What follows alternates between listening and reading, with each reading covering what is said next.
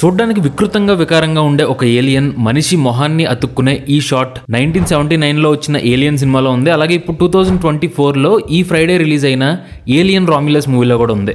ఇన్ని సంవత్సరాలు అయినా సరే ఇప్పటికీ ఈ ఐకానిక్ షాట్ మనల్ని భయపెడుతూనే ఉంది. బేసిక్గా చిన్నప్పటి నుండి కూడా మనందరికీ మాన్స్టర్ మూవీస్ అంటే ఒక ఫ్యాసినేషన్ ఉంటుంది. Jaws, Jurassic Park, Anaconda, Godzilla, King Kong, అప్పట్లో ఇలాంటి ఎన్నో సినిమాలు తెలుగు డబ్బింగ్లో చూసి బాగా ఎక్సైట్ అయ్యేవాళ్ళం. అయితే ఇలాంటి మాన్స్టర్ మూవీస్లో ఏలియన్ సిరీస్కి ఒక స్పెషల్ ప్లేస్ ఉంది. అందుకే కొత్తగా వచ్చిన ఏలియన్ రామ్యులస్ సినిమా చూసాక ఈ ఐకానిక్ మాన్స్టర్ మూవీ సిరీస్ గురించి మాట్లాడాలనిపించింది. So why Alien films are special అంటే ముందు తెలుసుకోవాల్సింది combination of different genres. Just imagine 1979లో ఒక సింపుల్ సైన్స్ ఫిక్షన్ సినిమా చూద్దాం థియేటర్కి వచ్చిన జనాన్ని Ridley Scott body horror cinema చూపించి భయపెట్టాడు. అప్పటి వరకు సైన్స్ ఫిక్షన్ అంటే ఏదో స్పేస్ ఎక్స్ప్లోరేషన్ మీద తీసిన డ్రామాలు, అడ్వెంచర్ మూవీసే గుర్తొచ్చేవి. కానీ దాన్ని తీసుకుని ఒక full blown horror and thriller లాగా మార్చడం డిఫరెంట్ ఎక్స్పీరియన్స్ ఇచ్చింది. ఈ జానర్ బెండింగ్ అప్రోచ్ ఈ సిరీస్లో ఆల్మోస్ట్ ప్రతి ఏలియన్ సినిమాలోనూ మనకు కనిపిస్తుంది. అందుకే అప్పట్లో ఈ సినిమాకి ఒక ట్యాగ్ లైన్ కూడా పెట్టారు, in space no one can hear you scream అని. దీన్ని చదివితేనే ఆడియన్స్కి ఒక ఐడియా వస్తుంది సినిమాలో భయపెట్టే ఎలిమెంట్స్ ఉంటాయని.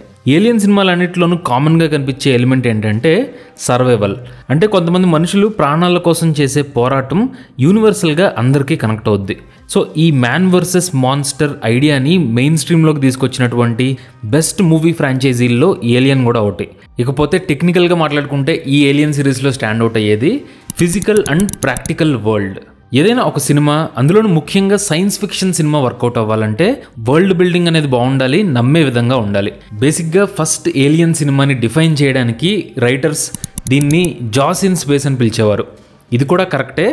కానీ 1975లో స్పీల్బర్గ్ కూడా జాస్ మూవీ కోసం షార్క్ని క్రియేట్ చేయడానికి చాలా కష్టపడాల్సి వచ్చింది. అందుకే మోస్ట్లీ షార్క్ని డైరెక్ట్గా చూపించకుండా సస్పెన్స్ని క్రియేట్ చేశారు. తర్వాత 3 yearsకి తీసిన ఈ ఏలియన్లో మాన్స్టర్ అయితే బయట ప్రపంచంలో నిజంగా లేదు, దాన్ని ఇమాజిన్ చేసుకుని క్రియేట్ చేయాలి. సో ఏలియన్ సినిమాల్లో ఆ క్రియేచర్ని, మాన్స్టర్ని క్రియేట్ చేయడం, రియలిస్టిక్గా చూపించడం అప్పట్లో పెద్ద టాస్క్ అయింది. దీని వెనక పనిచేసిన విజనరీ ఆర్టిస్ట్ హెచ్ఆర్ గిగర్ వర్క్ని మనం ఒకసారి గుర్తు చేసుకోవాలి.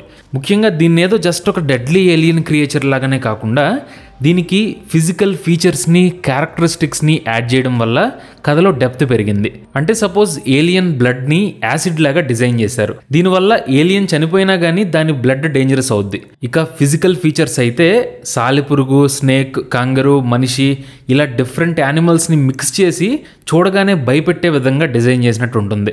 ఈ ఏలియన్ క్యారెక్టర్ డిజైన్ కోసం ఆర్టిస్ట్ గిగర్కి ఇచ్చినటువంటి ఇన్పుట్ ఏంటంటే హ్యూమన్ బ్యూటీ అండ్ హారర్ రెండూ ఉండాలి అని. సో క్రియేటివ్గా కష్టపడి చేశారు కాబట్టి తర్వాత ఇప్పటికి కూడా ఈ ఏలియన్ డిజైన్ ఒక ఐకానిక్ క్యారెక్టర్ డిజైన్స్ లాగా మారిపోయింది. అండ్ ఇప్పటికి కూడా ఏలియన్ సిరీస్లో ఆయన క్రియేట్ చేసినటువంటి ఏలియన్ డిజైన్స్ని వాడుకుంటున్నారు. ముఖ్యంగా ఇందులో ఉండే ఫేస్ హగ్గర్ ఏలియన్ డిజైన్ కోసం ఆర్టిస్ట్ గిగర్ చాలా స్కెచ్లు వేశారు. రైటర్ డాన్ ఓబెనన్ కూడా ఈ స్కెచ్ల నుండి ఇన్స్పైర్ అయ్యి క్యారెక్టర్ని రాసుకున్నారు. మీరు గమనిస్తే ఈ స్టోరీలో ఏలియన్ పుట్టినప్పటి నుండి రకరకాలుగా మారుతూ ఉంటుంది.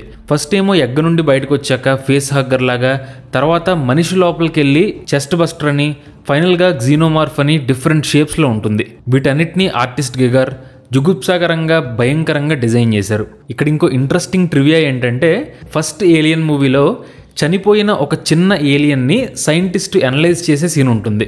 అందులో ఏలియన్ బాడీ అండ్ ఆర్గన్స్ రియల్గా ఉండాలని చెప్పి రిడ్లీ స్కాట్ చేపల మార్కెట్కి వెళ్ళి ఫిష్ పేగులు, ఆక్టోపస్ టెంటికల్స్ వీటన్నిటిని కలెక్ట్ చేసుకుని ఏలియన్ ఆర్గన్స్ లాగా వాడుకున్నారు. అంటే కొన్నిసార్లు గ్రాఫిక్స్ ఏం లేకుండా తీసినా సరే ప్రాక్టికల్ ఎఫెక్ట్స్ ఎంత వియర్డ్గా, పవర్ఫుల్గా ఉంటాయో ఏలియన్ సినిమాలోని ఎఫెక్ట్స్ మనకి తెలియజేస్తాయి. ఇవే కాదు, ఏలియన్ సినిమాల్లో కనిపించే ఆ స్పేస్ షిప్లు, ఇంటీరియర్ డిజైన్, కాస్ట్యూమ్స్, వాళ్ళు వాడేటువంటి వెపన్స్, టెక్నాలజీ, రోబోటిక్స్ ఇవన్నీ కూడా రియలిస్టిక్గా, సాధ్యమైనంత వరకు ప్రాక్టికల్ ఎఫెక్ట్స్తో క్రియేట్ చేయడం వల్ల ఏలియన్ సినిమాల్లోని ఆ అట్మాస్ఫియర్ అండ్ వరల్డ్ బిల్డింగ్ చాలా ఇమ్మర్సివ్గా అనిపిస్తాయి. ఇక్కడ ఇంకో మెయిన్ పాయింట్ ఏంటంటే it's a philosophical monster franchise. Science fiction సెటప్లో ఉండడం వల్ల ఏలియన్ సినిమాల్లో థీమ్స్ కానీ, ఇంటర్నల్ ఐడియాలజీ కానీ వేరే మాన్స్టర్ మూవీస్ కంటే డిఫరెంట్గా ఉంటుంది. సింపుల్గా చెప్పాలంటే డెప్త్ ఉండేటువంటి మాన్స్టర్ సిరీస్ ఏలియన్. సపోజ్ మొదటి 4 సినిమాల్లో రిప్లే క్యారెక్టర్ని తీసుకుంటే ఈ పాత్ర ప్రతి సినిమాలోనూ ఎమోషనల్గా, ఫిజికల్గా డిఫరెంట్ ఉంటుంది. సర్ఫేస్ లెవెల్లో ఏదో ఫోర్స్డ్గా విమెన్ ఎంపవర్మెంట్ చూపించకుండా జెన్యూన్గా ఒక హ్యూమన్ బీయింగ్ సర్వైవ్ అవ్వడానికి శక్తిని మించి పోరాడాలి అని చూపించారు. అందుకే ఈ Ripley character most iconic mainstream science fiction క్యారెక్టర్లో ఒకటిగా నిలిచిపోయింది. అలాగే ఆల్మోస్ట్ ప్రతి ఏలియన్ సినిమాలో కూడా ఒక రోబోట్ మనిషి ఉంటాడు.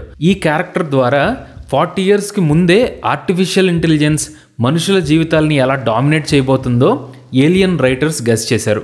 అలాగే ఇందులో ఉండే మ్యాన్ వర్సెస్ మెషిన్ థీమ్ మనుషులకు ఉండే కాన్షియస్నెస్ని, మారల్ డైలమాని గుర్తు చేస్తుంది. అండ్ ఏలియన్ సినిమాలు అన్నింటిలోనూ కామన్గా మ్యాన్ వర్సెస్ నేచర్ అనే థీమ్ని టచ్ చేస్తారు. అంటే సపోజ్ ఎక్కడో వేరే గ్రహంలో ఉన్న ఏలియన్ని మనిషి వెళ్ళి తన స్వార్థం కోసం కెలిగితే ఏమవుద్ది అన్నట్టు చూపించారు. ముఖ్యంగా మొదటి 4 సినిమాల్లోనూ వేల్ అండ్ యుటానీ అని చెప్పి ఒక పెద్ద కార్పొరేషన్ దీన్ని అంతా నడిపిస్తున్నట్టు సెట్ చేసి మనుషులకు ఉండేటువంటి అత్యాశ నేచర్ని ఎలా డిస్టర్బ్ చేస్తుందో పోర్ట్రే చేశారు. అంతేకాదు కొంతమంది అయితే ఏలియన్ మొహానికి అతుక్కునే సీన్, అలాగే బాడీ లోపల పెరిగేటువంటి సీన్లను తీసుకుని ఇవి సెక్షువల్ వైలెన్స్కి సింబాలిజం అని కూడా చెప్తూ ఉంటారు. అయితే రైటర్కున్న ఒరిజినల్ ఇంటెన్షన్ ఏంటో మనకు తెలియదు, కానీ ఈ సిరీస్లో వచ్చిన ప్రతి సినిమా సర్ఫేస్ లెవెల్లో మనకు కావాల్సిన హారర్ అండ్ థ్రిల్లర్ ఎలిమెంట్స్ని ఇస్తుంది. అలాగే డీప్ లెవెల్లో హ్యూమన్ నేచర్ని, ఈ అనంత విశ్వంలో మనిషి స్థానాన్ని కూడా క్వశ్చన్ చేసేలాగా ఉంటుంది. ఇక ఫైనల్గా ఫిల్మ్ మేకర్స్ గురించి మాట్లాడుకోవాలి. 1979లో ఫస్ట్ ఏలియన్ సినిమా రిలీజ్ అయింది, సూపర్ హిట్ అయింది. మనందరికీ తెలుసు హాలీవుడ్లో ఒక సినిమా హిట్ అయితే వరుసగా దానికి సీక్వెల్స్ వచ్చేస్తాయి. అయితే ఏలియన్ సిరీస్లో వచ్చిన సీక్వెల్స్ స్పెషాలిటీ ఏంటంటే ఏలియన్ 2, 3, 4 అండ్ ఇప్పుడు వచ్చిన ఏలియన్ రామ్యులస్. ఈ సినిమాలన్నీ కూడా ఒక ఇండివిజువల్ సిగ్నేచర్ స్టైల్ ఉన్నటువంటి ఫిల్మ్ మేకర్లు తీసినవి. అంటే సపోజ్ ఫస్ట్ మూవీకి సీక్వెల్గా 1986లో వచ్చిన ఏలియన్స్ని డైరెక్ట్ చేసింది జేమ్స్ కెమెరన్. అప్పటికి ఆయన ఆల్రెడీ టెర్మినేటర్ సినిమాని డైరెక్ట్ చేసి ఉన్నాడు. సో తన సిగ్నేచర్ స్టైల్లో ఒక యాక్షన్ అండ్ అడ్వెంచర్ జోన్లోకి ఏలియన్ స్టోరీని తీసుకెళ్లాడు. అలాగే 1992లో వచ్చిన ఏలియన్ 3ని డైరెక్ట్ చేసింది David Fincher. 7, zodiac, fight club లాంటి మోడర్న్ క్లాసిక్స్ని తీసిన ఫించర్ కూడా తన సిగ్నేచర్ డార్క్ సైకలాజికల్ థీమ్స్ని ఈ 3 సినిమాలో ఇంక్లూడ్ చేశారు. అయితే ఇది డేవిడ్ ఫించర్ ఫస్ట్ సినిమా అవడం, స్టూడియో కూడా ఎక్కువ ప్రెషర్ పెట్టడం వల్ల ఈ సినిమా సరిగ్గా రాలేదు. కానీ ఈ సినిమా ఎక్స్టెండెడ్ వెర్షన్ కూడా సపరేట్ ఫ్యాన్ బేస్ ఉంది. ఇకపోతే ఏలియన్ 4ని డైరెక్ట్ చేసింది ఎమిలీ అనే సినిమాని తీసిన French film maker Jean Pierre Jeunet. ఈ సినిమా కూడా ఫెయిల్ అయింది, కానీ జూనే ఒరిజినల్ డార్క్ హ్యూమర్ని ఏలియన్ ఫ్రాంచైజీలో చూడడం కొంచెం డిఫరెంట్గా అనిపిస్తుంది. అండ్ ఇప్పుడు వచ్చిన ఏలియన్ రామ్యులస్ని తీసింది ఫెడరర్ ఆల్వరెజ్. ఈయన ఇంతకుముందు డోంట్ బ్రీత్ అనే సినిమాని డైరెక్ట్ చేశారు. థ్రిల్లర్ మూవీని బాగా హ్యాండిల్ చేస్తారు. సో బేసిక్గా ఈ ఏలియన్ సిరీస్లో మూవీస్ మీద ఇప్పటికీ ఇంట్రెస్ట్ ఉందంటే దానికి మెయిన్ రీజన్ ఇలా డిస్టింక్ట్ వాయిస్ ఉన్న ఫిల్మ్ మేకర్స్తో డిఫరెంట్గా ట్రై చేయడమే. మిగిలిన మాన్స్టర్ ఫ్రాంచైజీ మూవీస్ని కనుక మనం తీసుకుంటే అన్నీ కాదు, కానీ కొన్నిటిని ఎగ్జాంపుల్గా తీసుకుంటే ఈ ఫ్రాంచైజీ మూవీస్ అనేటప్పటికీ ఫిల్మ్ మేకర్ ఎవరైనా సరే మూవీస్ మాత్రం అంతకు ముందు వచ్చినటువంటి ఫ్రాంచైజీ మూవీస్కి సంబంధించిన టోన్నే మెయింటైన్ చేస్తాయి. సపోజ్ గాడ్జిల్లా కానీ, మార్వెల్ మూవీస్ కానీ, ఈవెన్ కొంతవరకు పిక్సార్లో వచ్చేటువంటి యానిమేటెడ్ మూవీస్ కూడా ఆ పర్టికులర్ ఫ్రాంచైజీని, స్టూడియోస్ని సర్వ్ చేసేలాగానే ఉంటాయి.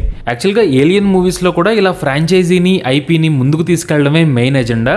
కానీ ట్రీట్మెంట్ పరంగా ఫిల్మ్ మేకర్ వాయిస్ మనకి వినిపిస్తుంది. సో మూవీ లవర్స్, మీరు కనుక ఇలాంటి ఇంట్రెస్టింగ్ సైన్స్ ఫిక్షన్ని ఇష్టపడే వాళ్ళైతే హాట్స్టార్లో ఉన్న ఏలియన్ మూవీస్ని, అలాగే కొత్తగా వచ్చినటువంటి ఏలియన్ రామ్యులస్ సినిమాని మిస్ అవ్వకండి. అలాగే అసలు ఏలియన్స్ ఉన్నాయా, ఈ కాన్సెప్ట్ మీద, సినిమాల మీద మీ ఒపీనియన్ ఏంటో కింద కామెంట్ చేయడం మర్చిపోకండి. Thank you for watching this video.